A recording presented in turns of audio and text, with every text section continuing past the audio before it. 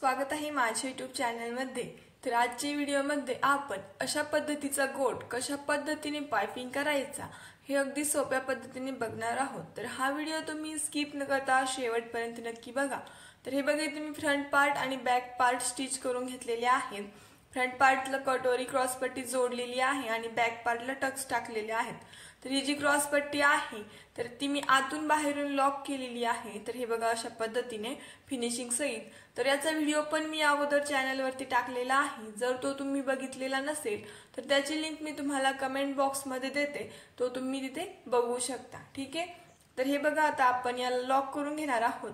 तर हे जे सरळ आहे त्यावरतीच आपण एक लाईन एवढी टिप देणार आहोत, एक लाईन एवढी मार्जिन पकडत। तर हे बघा अगदी व्यवस्थित एक लाईन एवढंच मार्जिन पकडायचं आहे आणि टिप द्यायची आहे। फिनिशिंग साठी खूप इम्पॉर्टंट आहे। जे धागे दोरे आहेत ना ते निघत नाहीत अशा पद्धतीने टिप देऊन मग शोल्डर जॉईंट केल्यावरती। ओके। तर हे बघा नंतर काय करायचंय, मग जेवढं आपण मार्जिन सोडलेलं आहे शोल्डर साठी तेवढं पकडत तिथे शोल्डर जॉईंट करायचे आहेत। तर इथे मी अर्धा इंच ठेवलं होतं, तर इथे मी अर्धा इंच एवढं मार्जिन पकडत इथे शोल्डर व्यवस्थित जॉईंट करून घेतलेलं आहे। तर अशा पद्धतीने केल्यामुळे आता धागे दोरे निघणार नाहीयेत शोल्डरला। ठीक आहे। तर हे अगदी व्यवस्थित फिनिशिंग सहित लॉक झालेला आहे। तर याला गोट मारून घेणार आहोत आता आपण। तर त्यासाठी इथे मी 1-1 इंचाच्या पट्ट्या कट करून घेतलेल्या आहेत। तर त्या आपण जॉईंट करून घेणार आहोत। तर हे बघा इथे मी 2-3 पट्ट्या कट करून घेतल्या, तर त्याला आपण जॉईंट करूयात। तर हे बघा इथे 1/2 इंच एवढं मार्जिन पकडत आपण यावरती शिलाई देऊन घेणार आहोत आणि मग पट्टी ओपन करून मधून एक शिलाई देऊन घेणार आहोत। यामुळे काय होतं की ते आपण जॉईंट केलं हे असं कळत नाही। तर अशाच पद्धतीने मी सगळ्या पट्ट्या जॉईंट करून घेतलेल्या आहेत। तर आता आपण गोट मारायला सुरुवात करणार आहोत।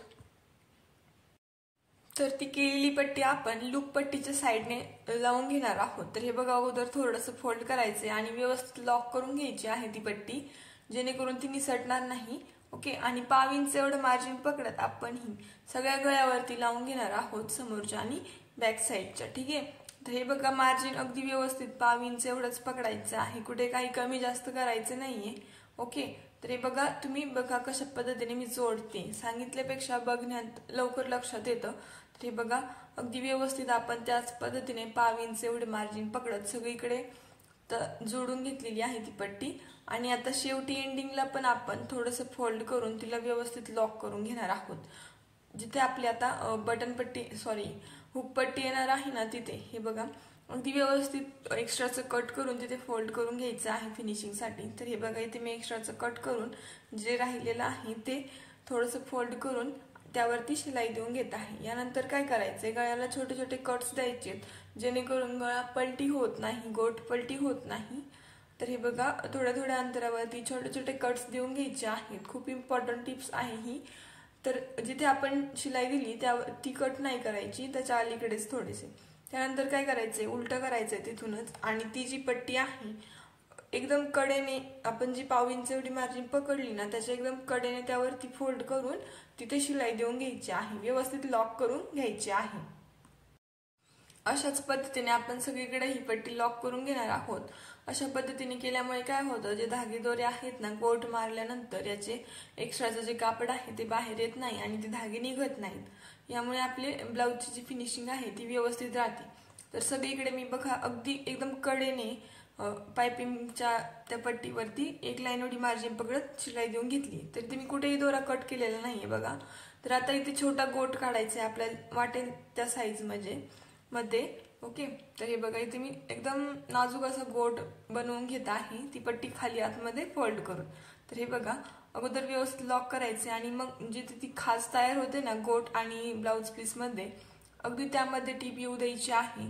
तिथे टीप आल्यावरतीच गोट गोल होत असतो। गोठाच्या पट्टीवरती टीप येऊ द्यायची नाहीये, जेणेकरून गोट चपटा होणार नाही। ओके। तर हे बघा जिथे खाच आहे ना तिथेच मी टीप देत आहे आणि अगदी थोडं थोडं पकडतच टीप देऊन घ्यायची आहे, जेणेकरून आपला गोट एकाच साईज मध्ये येतो। ठीक आहे। तर हे बघा तुम्ही नीट लक्षपूर्वक बघा मी कशा पद्धतीने थोडं थोडं पकडत इथे टीप देऊन घेत आहे अगदी खाचेमध्ये। ठीक आहे। तर अशा पद्धतीने गोट पाईप केल्यामुळे आपला गोट अगदी व्यवस्थित होतो, कुठे काही पलटी होत नाही पाठीमागच्या साईडने आपण कट दिलेले आहेत त्यामुळे। ठीक आहे। तर हे बघा इथे आपला निम्मा गोट झालेला आहे बनवून। तर हे बघा अगदी व्यवस्थित मी थोडं थोडं पकडत आतमध्ये फोल्ड करत मला जेवढा हवा आहे त्या साईजमध्ये गोट काढत त्या खाचेमध्ये टीप देऊन घेत आहे. ठीक आहे, तर हे बघा अशाच पद्धतीने आपला गोट मारून अगदी व्यवस्थित असा रेडी झालेला आहे. तर तुम्हाला मी त्याचं लुक दाखवते एकदा. ओके, तरी तुम्ही व्यवस्थित लॉक केलंय. तर तुम्हाला मी याचं जवळून लुक दाखवते किती व्यवस्थित गोल असा गोट आपला रेडी झालेला आहे. तर हे बघा अगदी व्यवस्थित सगळीकडे सारख्याच साईजमध्ये एकदम गोल असा गोट रेडी झालेला आहे.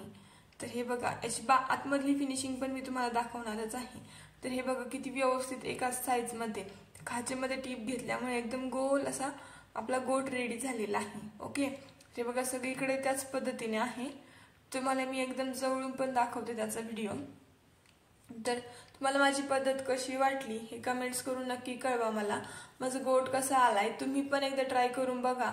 ट्राय केल्यानंतर मला नक्की कळवा तुम्हाला जमतोय का नाही गोट मारायला. ठीक आहे, तर तुम्हाला जर हा व्हिडिओ आवडला असेल तर व्हिडिओला लाईक करा. चॅनलवरती नवीन असाल तर चॅनलला सबस्क्राईब करा, जेणेकरून पुढील येणारे व्हिडिओज तुमच्यापर्यंत पोहोचतील. ठीक आहे, तर हे बघा तुम्हाला मी या गोटचं जवळून लुक दाखवते. ठीक आहे, शेवटी दाखवते तुम्हाला मी अगदी व्यवस्थित असं गोट रेडी झालाय. आतमधली फिनिशिंग बघा आणि बाहेरची पण एकदम गोल असा आपला गोट रेडी झालेला आहे. तर तुम्हाला मी एकदम जवळून जो व्हिडिओ आहे ना तो फरशीवरती ठेवून दाखवते, म्हणजे तुमच्या लक्षात येईल मी टीप कुठे मारलेली आहे. एकदम खाची टीप मारलेली आहे आणि गोट पण एकदम आपल्याला हवा त्या साईजमध्ये आपण इथे बनवून घेतलेला आहे. तर अगदी फिनिशिंग सहित हा गोट आपला रेडी झालेला आहे. तर हे बघा किती व्यवस्थित असं लुक आलेला आहे गोटला. तर तुम्ही नक्की ट्राय करून बघा. या पद्धतीने गोट मारल्यावरती खूपच सुंदर असा गोट रेडी होतो आणि फिनिशिंग पण व्यवस्थित येते गोटची.